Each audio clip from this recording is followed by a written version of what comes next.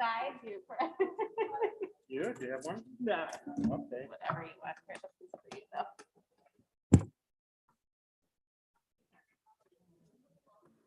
We're gonna wait a few minutes. 'Cause I That's fine.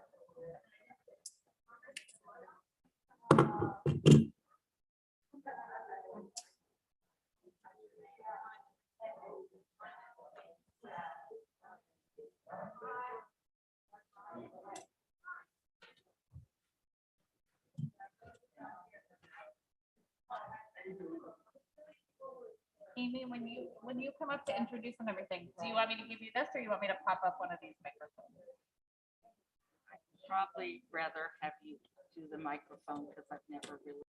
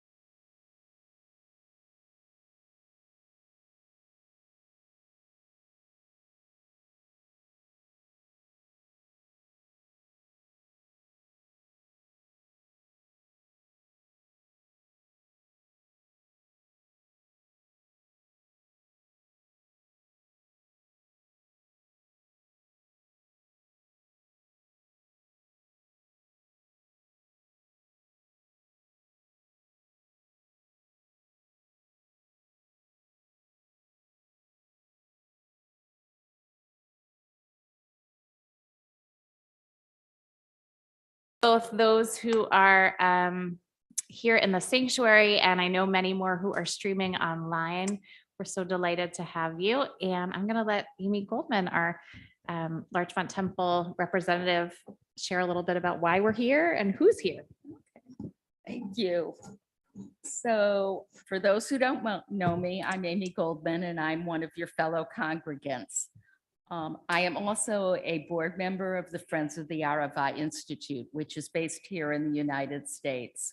And when I heard that Dr. Abu Hamid was coming to the States to visit, I reached out to Rabbi Frankel and Rabbi Serkman about him speaking with us tonight, because I think the work of the Institute is amazing and is something that would resonate well with this congregation.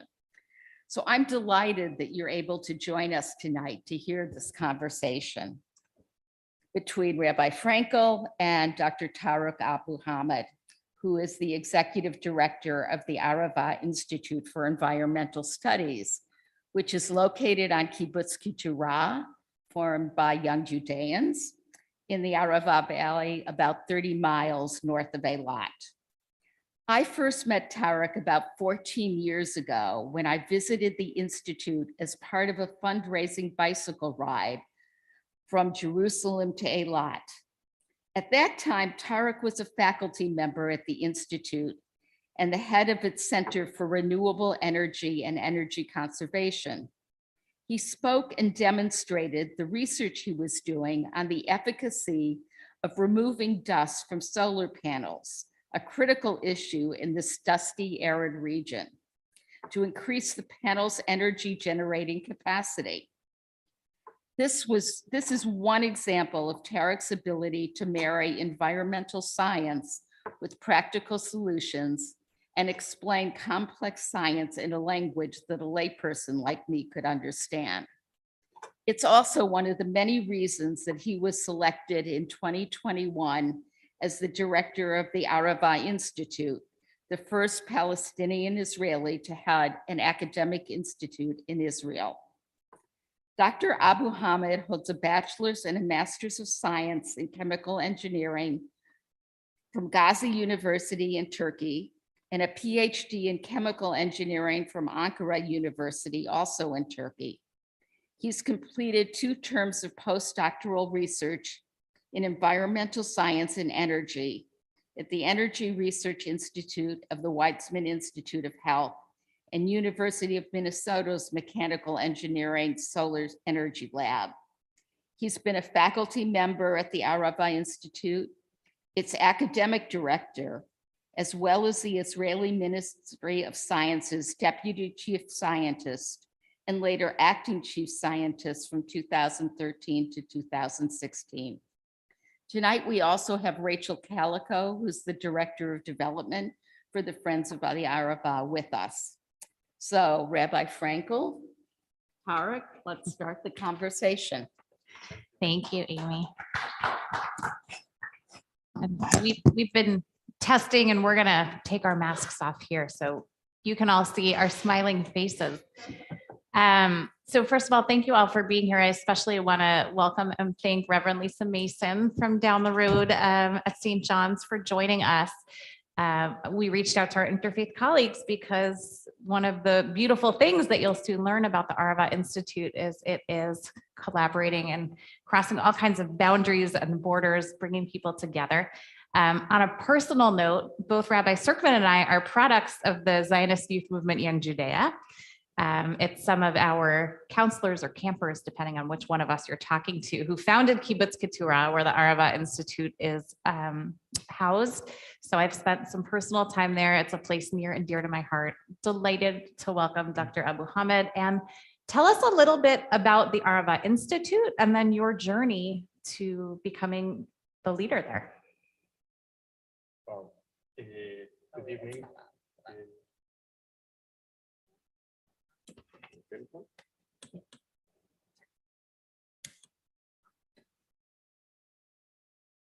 Now? There you go. Now. Okay, good evening. It's really a pleasure to be here. Thank you for being with us. I know that it's I know it's not easy. I'll hold it. I know that it's not easy to come to such meetings. Most of the people are anxious, nervous. So I highly appreciate your presence here. I joined the Arava Institute in 2008. I was in Minneapolis doing my postdoc, and I saw that the Arava Institute is looking for someone to establish the Center for Renewable Energy. I searched the website of the Arava Institute. It's an institution for environmental studies. It's an institution that brings people together, uses the science and environmental studies as a tool to bridge between people. And I said to myself, this is the place I want to be. This place I want to live in Kibbutz Keturah. The reason, another reason was also that when I grew up in East Jerusalem, I lived in East-South Jerusalem, very close to Ramat Rachel, if you know Jerusalem. And I used to volunteer there in the kibbutz to pick fruits, apples, cherries, and that experience in the kibbutz stayed inside me. So when I heard about this opportunity, I said to myself, this is a great opportunity to have also my daughters have the same experience that I had in kibbutz Ramat Rachel. So we came back to Israel. I went down to the kibbutz. It's in the middle of nowhere. It was August. It was so hot. And I said to myself, oh my God, you did a huge mistake. I said, okay, go have the interview, respect them. They invited you. But in my mind, no way, I'm not staying here. I had the interview. At the end of the day, David, the previous executive director, took me to meet the students. It was a summer course. I sat with the students, Palestinians, Israelis, Jordanians. And after like 10 minutes, I said, I'm staying.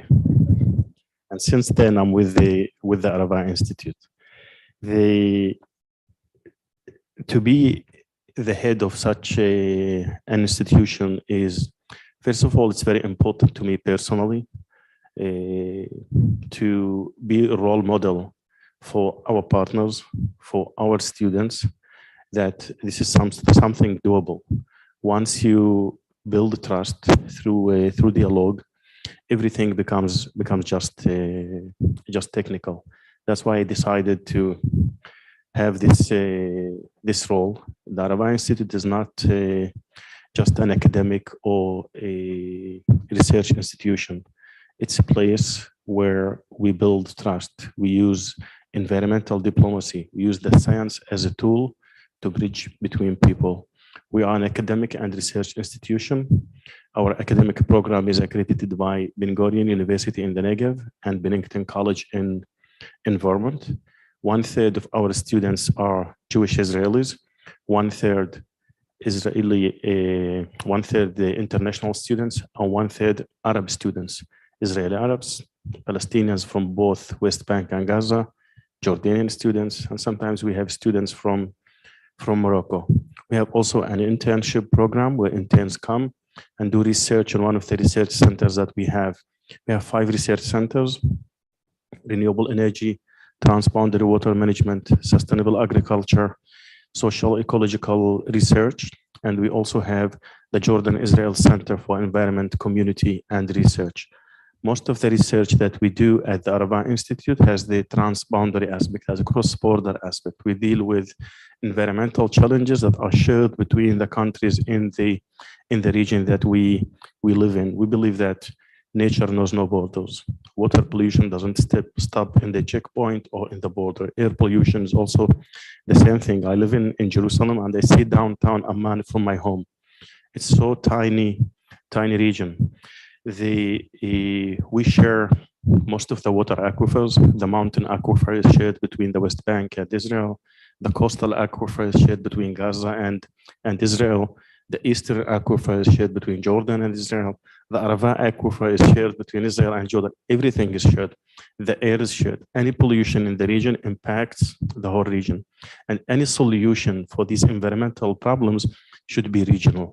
One country alone cannot solve environmental issues in in the region. And this is the foundation of the Arava Institute. We want to design sustainable solutions that the whole region can benefit with, sustainable solutions with our partners in the region.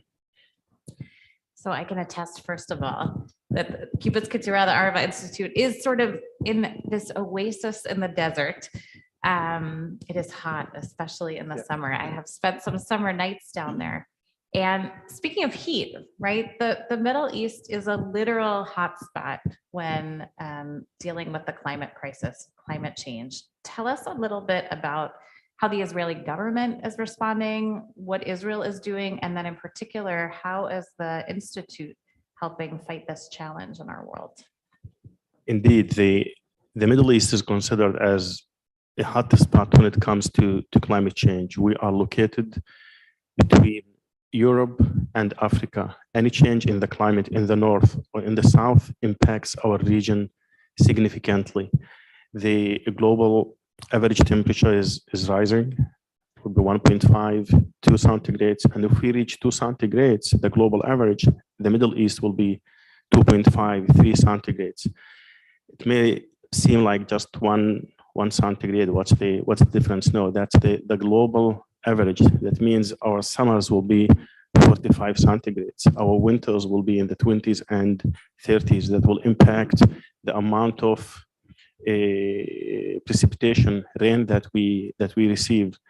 Today we face a lot of heat waves, cold waves, floods, rain in the desert, less rain in the north.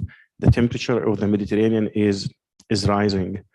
The acidity of the Mediterranean is rising. The acidity of the Gulf of Aqaba is rising. That means when the temperature increases, that actually attracts more species from different oceans to the Mediterranean. And we see that today. We see that invasive species in the Mediterranean. We see also invasive species in the land. In order to adapt and mitigate the climate change, we have to work together. The Israeli government already has a plan. The implementation is very slow. We are located in a region that is blessed with a lot of solar radiation. In Ketura, in the Arava, we measured one of the highest solar radiations in the world, like 1100 watts per square meter. That energy in a year per square meter is equivalent to a barrel of oil. And today we have the technology to convert this radiation into electricity. Do we produce enough in general in the country? No. And there are a lot of other, it's not only electricity, it's also heating houses, also the transportation. We have to change the way we live. And in order to do that, we have to start from educating people in school level, in the university level, to switch from fossil fuel transportation, fossil fuel electricity production to renewable energy resources. And we have the technology and we have the natural resources in the region. And the climate change, one of the nice things that came out of Glasgow, the climate conference, is everyone agreed that international cooperation is a must. And we've been doing this for 25 years. And we are experts in this field in the region. So regional cooperation in climate change is crucial to help us mitigate and adapt to climate change. And this is what is exactly the Arava Institute is doing, by working with Jordanians, by working with Palestinians, working with communities on environmental issues that impact the whole region. For example, Gaza Strip, they receive 3 to 4 hours of electricity a day. 70% of the Mediterranean in Gaza is polluted with sewage. 97% of the drinking water, the aquifer in Gaza, is not good for human consumption. 1.5 million people in Gaza Strip, they are below the age of 30. It's like 2 million people in Gaza. 75% of them are below the age of 30. They never went out of Gaza.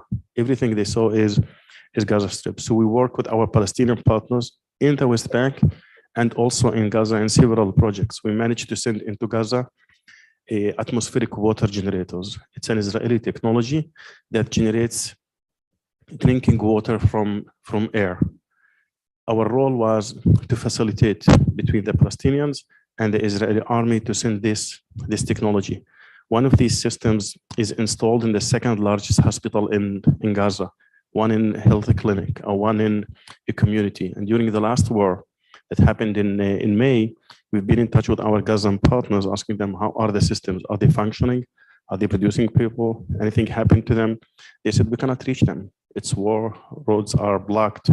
And on Saturday, the war ended almost like on Shabbat, on Friday evening. On Saturday morning, we got photos of people standing online filling water from these systems. And that was a great exposure to this technology. And on Monday, like 2 days later after the war, we received 5 requests from 5 different municipalities in Gaza asking for such systems. And we managed to buy these systems, get the permits from the Israeli army to send them into Gaza. The nice thing here that as an Israeli institution, we were able to be in touch with our Palestinian partners even during the toughest time. And this is what we need in the region. Technology is available, but in order to apply this technology to deal with the climate change, environmental issues, you have to build the trust with your partners. Another example on wastewater treatment, also in Gaza, off-grid. Sustainability of projects for us is very important. We managed to bring 2 groups from Gaza to do training on these systems, on the water, energy, food and access, everything in coordination with the Israeli army. We work also in the West Bank with the Bedouin communities on environmental issues, help them to adapt to climate change, how to produce food, how to produce agriculture with the scarcity of the water that we have in the region, with the water with high salinity. We have the Center for Sustainable Agriculture that does a lot of work on adapting plantations to high salinity. Our aquifer is with high salinity in the region, also in Gaza. For a country like Israel with small land, we also developed what's called agri-photovoltaics.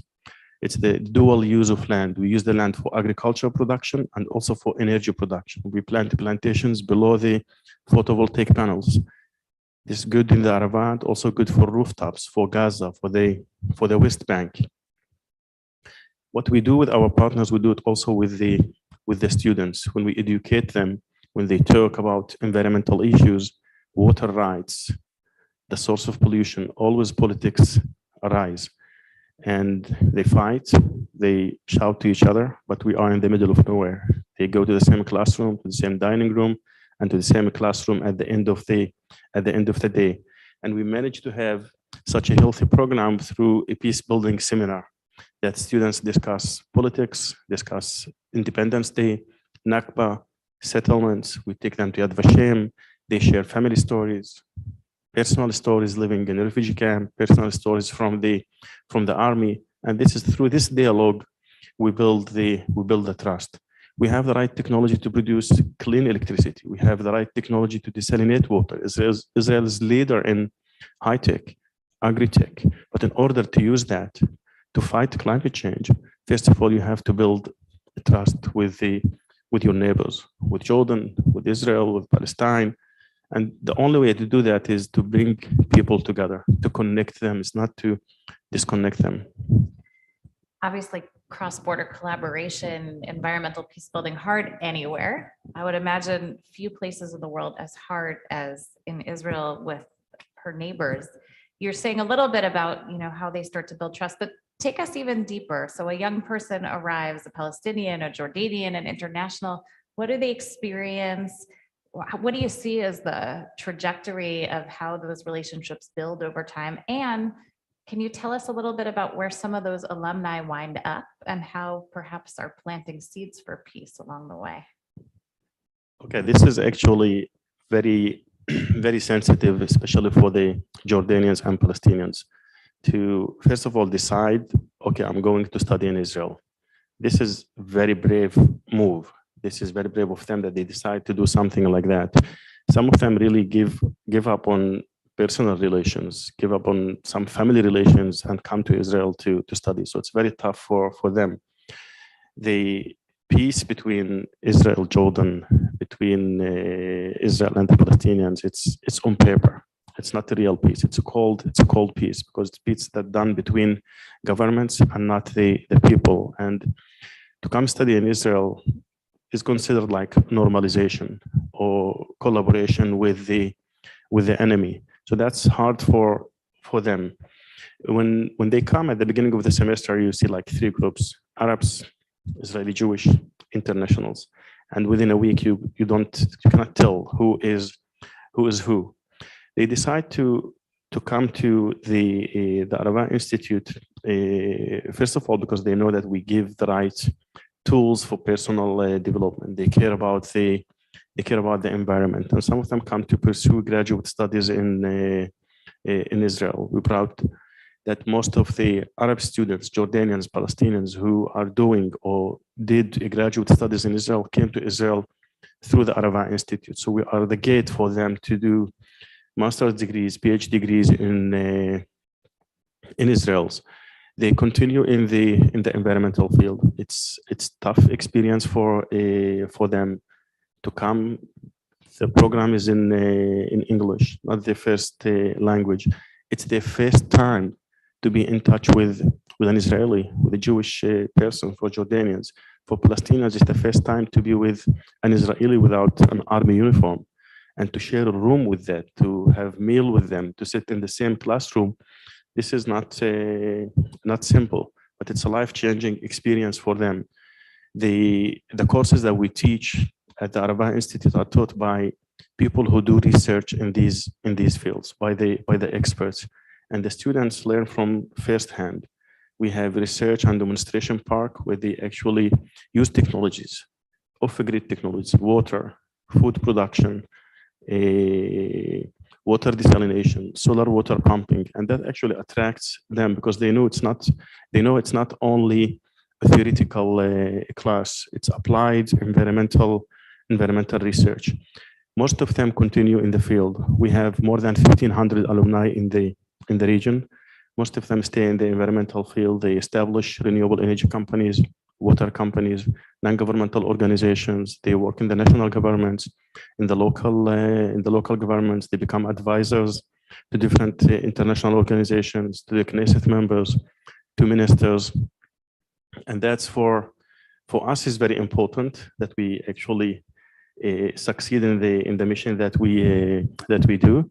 And also we have an alumni network. We have alumni coordinator in Jordan. We have alumni coordinator in Palestine, in Israel, that keeps in touch with these alumni. We have alumni conference that happens every year, once in Tel Aviv, once in Jerusalem, in Bethlehem, in Beit Jala, in Amman. And the alumni come from the whole region to discuss ideas, to establish new startup companies, new projects, shared projects. So we keep in touch with them, and they stay in the environmental field. And tell us a little more, are any of them or any constituents of the Institute, faculty or alumni or through the Center for Environmental Diplomacy, what are they doing about climate change? How are they helping lead the way in fighting it? Look, the climate change, we feel it really very clear and very hard in our region. Even we have a shift of seasons by at least one month. Everyone recognizes that this is the impact of the climate change, and the young generation actually blames us. We are trying to fix what you ruined, and that's why they are very motivated into the climate. They develop technologies for water desalination. They develop technologies for water pumping. They develop technologies for sustainable food production, ecosystem services, protection of environment, conducting awareness and education programs in different schools. They stay in the field. They try to have an impact on the communities that they live in. Increase awareness on solar energy, trying actually to convince governments, local governments, to switch from fossil fuels into renewable energy resources. That we establish these these companies. They develop applications for water monitoring. They develop applications for soil monitoring. I have to say, the Arava Institute does so many cool things. This is not one of them in terms of climate change, but I just have to share because it's an incredible place. So Dr. Elaine Salloway, I mean, they have renowned, amazing scientists there, and have always been leaders, I think, in, Israelis. We invented drip irrigation, all of that. One of the coolest things, if you ever make it down to Keturah, is they have amazing also palm fields of palm trees, where they took a 2,000-year-old, right, a seed from a palm tree that was found on Masada in the excavations, and were able to germinate and basically regrow and establish now a grove of essentially biblical date trees, sweetest dates you'll ever taste. But it's really incredible scientific minds who are coming together at the Arava Institute too. And now you, on a personal note, tell us a little bit about, as a Palestinian, as an Arab, what's it been like for you to, first of all, represent now this institution in Israel, and also you were the highest ranking, if I'm not mistaken, Palestinian to have served in the Israeli government in the Ministry of Science. So tell us a little bit about your experience. Wow, this is it's really a unique experience. It's not easy. It's challenging to be like one of maybe a few people who reach such a level in Israel. You are under the spot. Everyone looks at you, and I wanted to use that. I wanted, as I said, to be a role model, that this can happen. If you work hard, you can reach whatever you plan. To be an Arab or a Palestinian in such a situation or position, it has advantages, and also there's disadvantages. The advantages of that is, first of all, you, as I said, become a model. You show that it's doable, that when you work hard, that you can reach what you plan. A young generation, you motivate the young generation. One of the things that actually I did when I was at the Weizmann Institute, I took the girls' school to the Weizmann Institute. I wanted to show to them that it's doable. If I reach this place, you can reach that place too. They meet scientists, they meet Nobel laureates. And since 2004, that school goes to the Weizmann Institute every year to see that institution. When I was at the Ministry of Science, we established a program for young generation, for high schools, to do like science camps in Israeli university campuses in Israel, to expose them to higher education. I accepted this position because I'm a strong believer in the importance of science in educating, especially women. Once you have an educated mom, the next generation will be educated. We know that, and we suffer from the lack of higher education, or the attending higher education in the Arab communities in Israel so badly. A lot of governmental plans to encourage Arabs to go to higher education, but it's not just money. It's not just plans. You have to expose them at very early age to these programs. Is it easy? No, it's not easy to be, as I said, under the spot. They accuse you with do collaboration. You are a normalizer. No, I'm a strong believer in science to connect between people.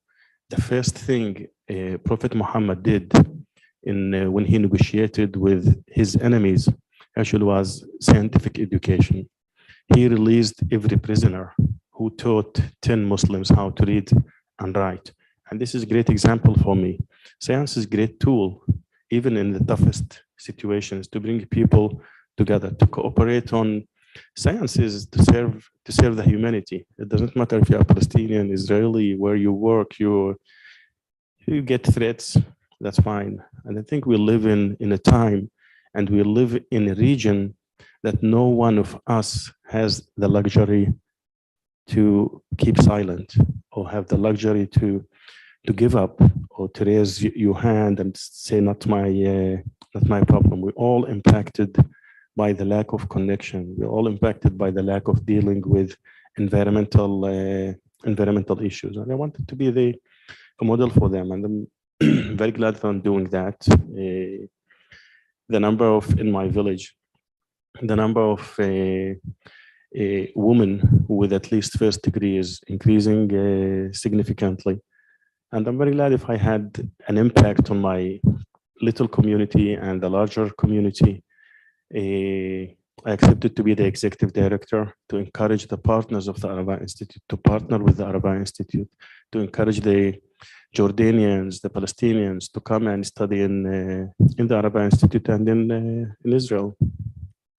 We're so glad you did. I want to make sure we have a little bit of time to dialogue with those who are here. If you're on live stream, I'm sorry you can't ask the questions, but you'll benefit from yours. So I want to invite if anyone in our kahal and our community wants to ask any questions of Dr. Abu Hamid. Minna, please.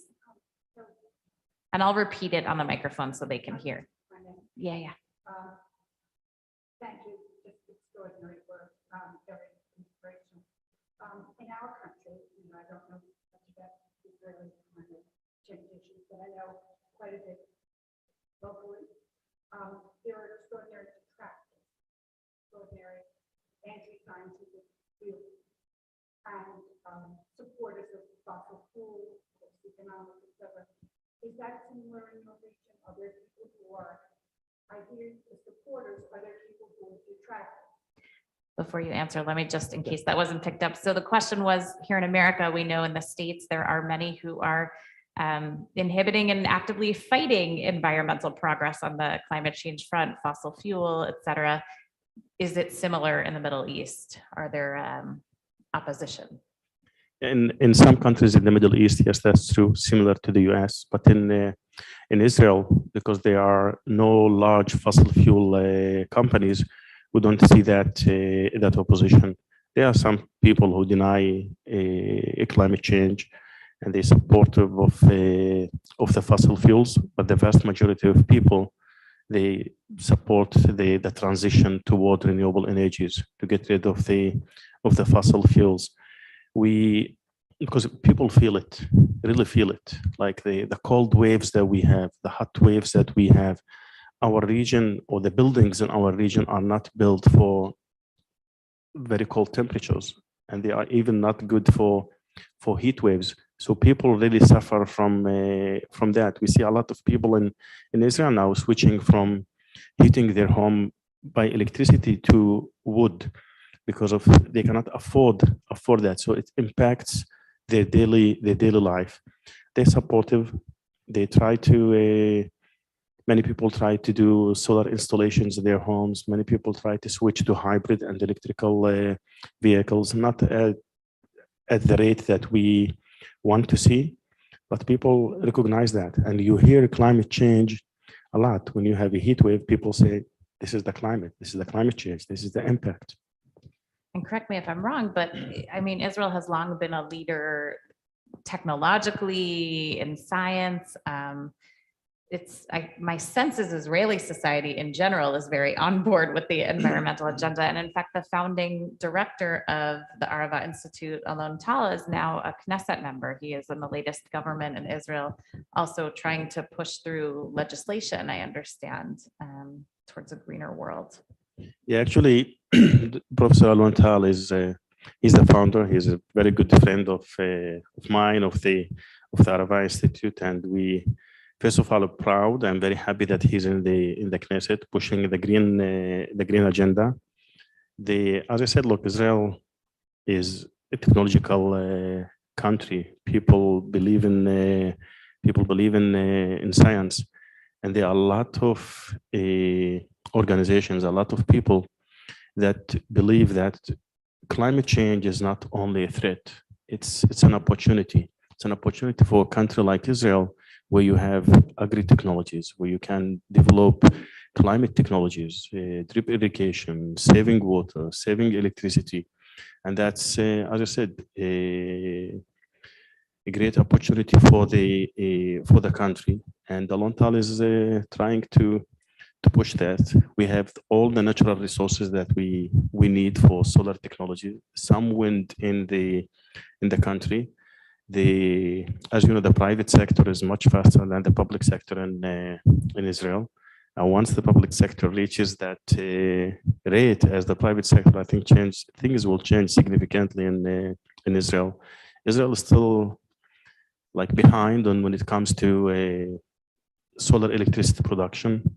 We produce probably 6.5 of our electricity from the sun, where we have the technology, we have even enough land to produce 100%. Well, and especially where you are, right? If Exactly. you should Google Kibbutz Keturah and the Arava Institute and see an aerial view. I mean, it's vast desert all around, and then this little green oasis, truly, right? Like from nothing, from the desert, but also solar fields now, right? All around. Exactly. Actually, in the Arava, we produce 150% of what we consume from the sun. From the Arava Junction, the southern Dead Sea, including Eilat, we produce 50% more than we consume during the day. And hopefully with 1 year or 2 years, that will be 24/7 renewable electricity. It's a great example for the whole, not only Israel, for the whole region, that this is doable. The technology is there. The solar electricity price is going down significantly. Even it's cheaper than producing electricity from coal or natural gas. Other questions?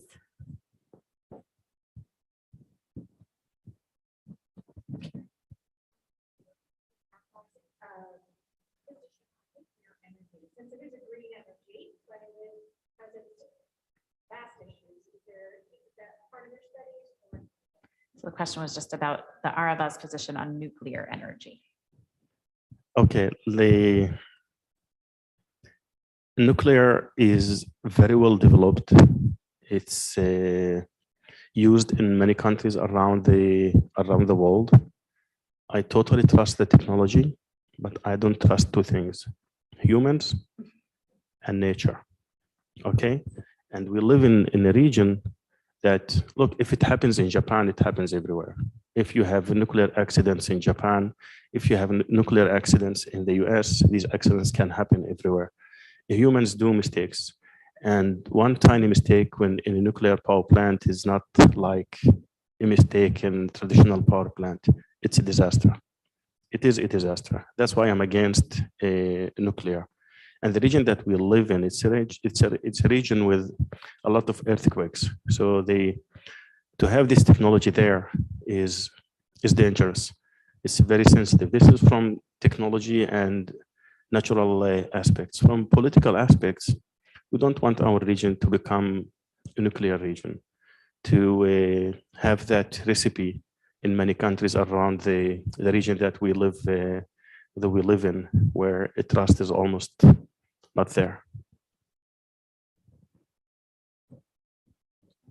Amy, We teach it.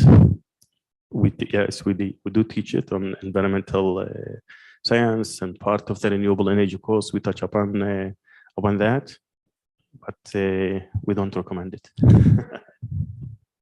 Any other questions, or Amy or Rachel, if there's something you want to guide? I have a question. Within Israel, we talked about how most Israelis understand that there's a climate crisis going on, and they're interested in doing what they can. But I know that is that uniform throughout Israeli society, or are there the opportunities, the economic resources to address climate issues at a personal or a household level or a community level, say, and where would we see, like, if at all, play a role? I believe it's all across the country within different communities, not at the same level. In Palestine also, we see like increase in the public awareness. It's much harder when you have very low socioeconomic level. Environmental issues become like kind of luxury. Let me first think, how can I get food for my family? Then I will care about the environment. What we see increase in the awareness. We at the Arava Institute conduct a lot of capacity building trainings, building awareness for different communities from the region, from the Negev, from East Jerusalem, from the developing world. We receive groups from South America, from Africa, from Asia. They come and they have training on water, energy, food, food nexus. Our students, we have a course at the institute called research methodologies, where students learn how to do research, how to collect data, how to analyze data. And most of them, they select the environmental education. They do their projects in different schools in the region with the goal to increase the awareness. And we do a lot of studies, social aspects of climate, on public acceptance of renewable energies, energy poverty, how people deal with the impact of climate on public health. So we are in touch with the communities, and education and awareness is a major part of that.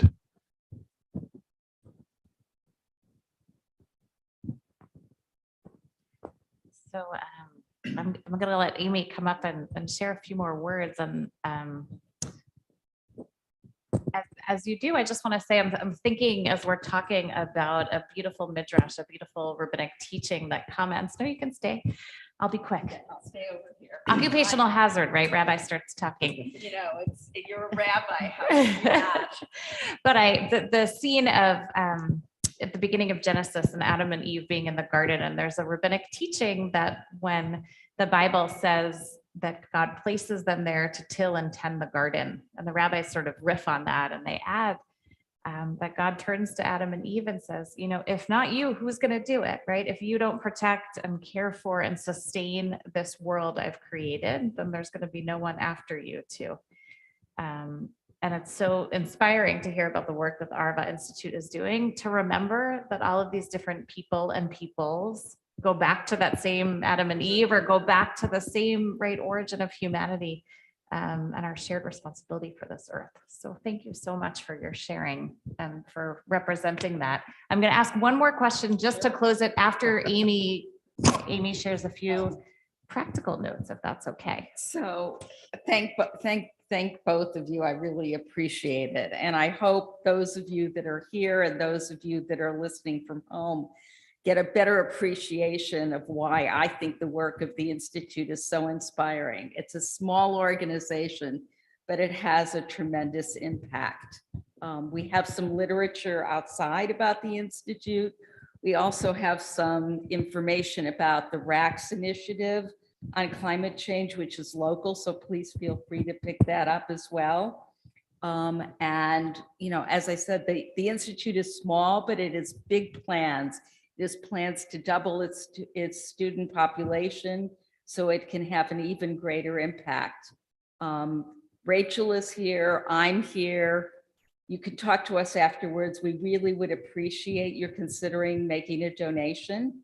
So you can talk to us tonight, or if you want more information, just reach out. If you can't reach me, I'm in the temple directory. You can always reach Rabbi Frankel. She knows how to reach me. And I will say, you know, for anyone who gets over to Israel, it's worth driving the few extra hours past Jerusalem.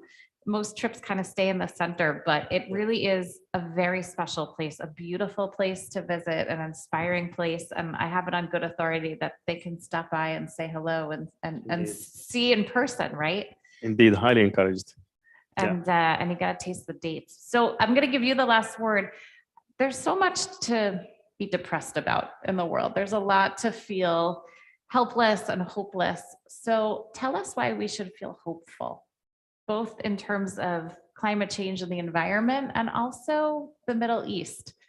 Wow, this is in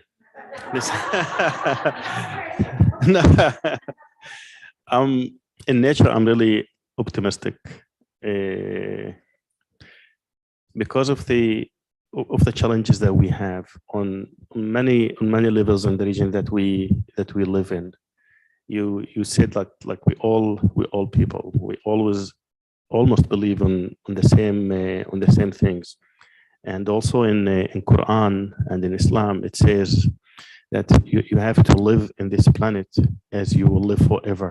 That means you have to protect it to be sustainable, to have the sustainable solutions for that. I'm optimistic and hopeful because you see the change that happens within our student body. Once you connect them, it's like a life-changing experience for them. They change from enemies to very strong friends, and this is the thing that we need. It's doable, just to bring people on the same table. Once you connect them, once you have the right dialogue with them, everything is solvable. You can solve any challenge once they understand each other, which is very easy. Just give them the opportunity, the chance to sit on the same table. This is what needs to happen on a larger scale within our region. Even here in the US, between different groups, the lack of communication is the problem, and the solution is very easy. That's why I'm very hopeful and optimistic. I think I could speak for all of us that we're all leaving feeling a little more hopeful and optimistic too. We thank you so much. Thank you, Rabbi Franco. Thank you, Amy. And I think the live stream is going to end, but you'll linger for a few minutes and anyone else can say hello. Thank you all for being with us. Thank you very much.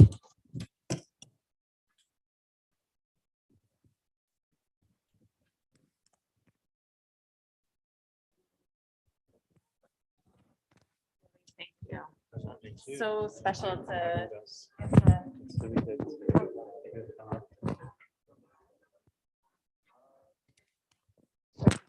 Nice. Thank you so much. Still on my